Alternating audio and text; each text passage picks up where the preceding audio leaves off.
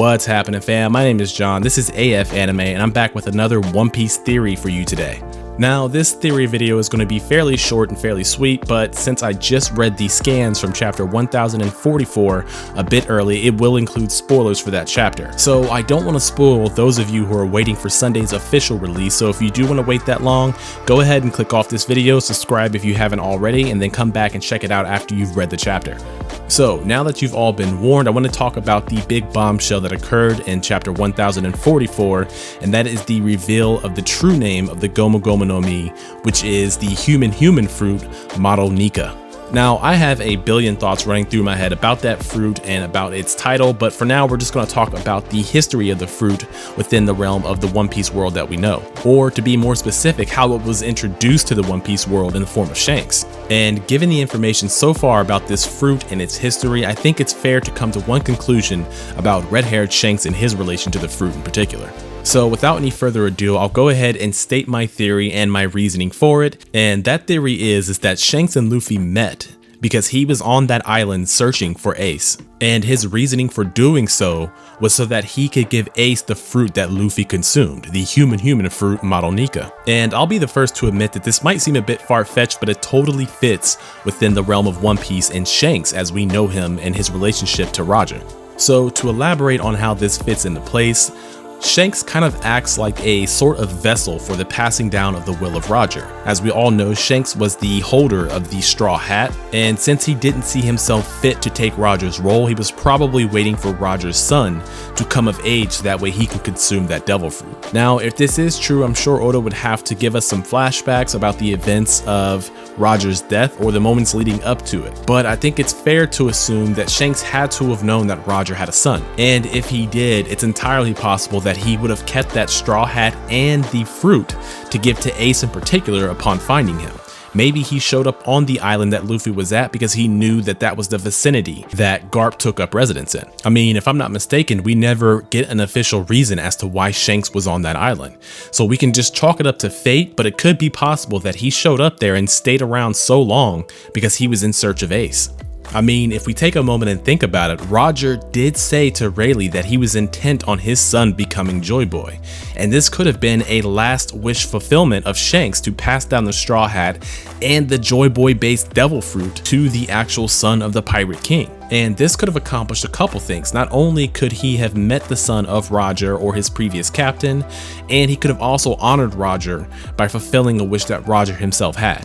And if you're wondering why Luffy was the one to consume this mythical Zoan fruit, it's entirely possible that Shanks had no idea what the name of Roger's son was. But if he knew that Garp lived in that area, then he could have gone to that island in hopes that fate would have led him to the future Joyboy who he thought was going to be Ace.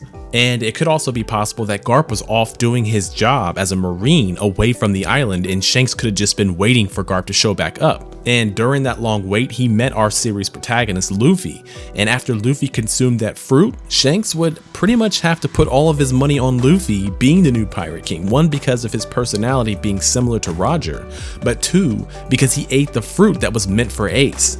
And in doing so, if Luffy had died or drowned or been killed by those bandits, then that fruit would have reset and eventually gone somewhere else and possibly have been eaten by some random person. So if it is true that Shanks was intent on Ace eating the devil fruit that his father wanted him to eat, then accidentally letting Luffy eat that fruit may have been similar to sitting down at a slot machine and hitting max bet without intending on it. And at that point, once your money's already put into the machine, there's no getting it back, so you might as well continue the bet. Now, that is a bit of a stretch, but we do know that Shanks did not go to Laughed Hell, so we don't know the extent of his knowledge about the world history or the world government. But we would have to assume that some part of his past or his history has to be involved in the world government or has to have some form of leverage over the world government that he could just walk into Marijois and not be killed immediately. And I have two trains of thought for that. We'd have to assume that Who's Who, once imprisoned, would have informed his superiors that Shanks and his crew were responsible for stealing the fruit. So it's possible that the world government is kind of lenient with Shanks because they're trying to figure out exactly what he did with that fruit or who consumed it. And the only other thing I can think of that would result in him being on good terms with the world government is that if he himself is of world noble blood. Now, don't get me wrong, I don't want to take away from the impactful moment of Shanks saving Luffy, but that may not have been so much about saving Luffy, so much as he was actually trying to save the Devil Fruit, or Joyboy. And this could be an indicator of exactly how involved Shanks wishes to be when it comes to the prophecy of Joyboy and the eventual overthrow of the world government. He may have intended on Ace taking the role that Luffy currently has, but just basically rolled with it when fate decided that Monkey D. Luffy was going to be the Joyboy reincarnation of sorts. And Shanks trying to be proactively involved in the return of Joyboy could also indicate another small bonus theory for this video if he indeed warned the world government about Luffy and not Blackbeard. And my reasoning for that is that it's possible that Joyboy is destined to go up against the world government and overthrow them, and Shanks might be trying to expedite that process by pointing them in Luffy's direction to get that fire started even more quickly.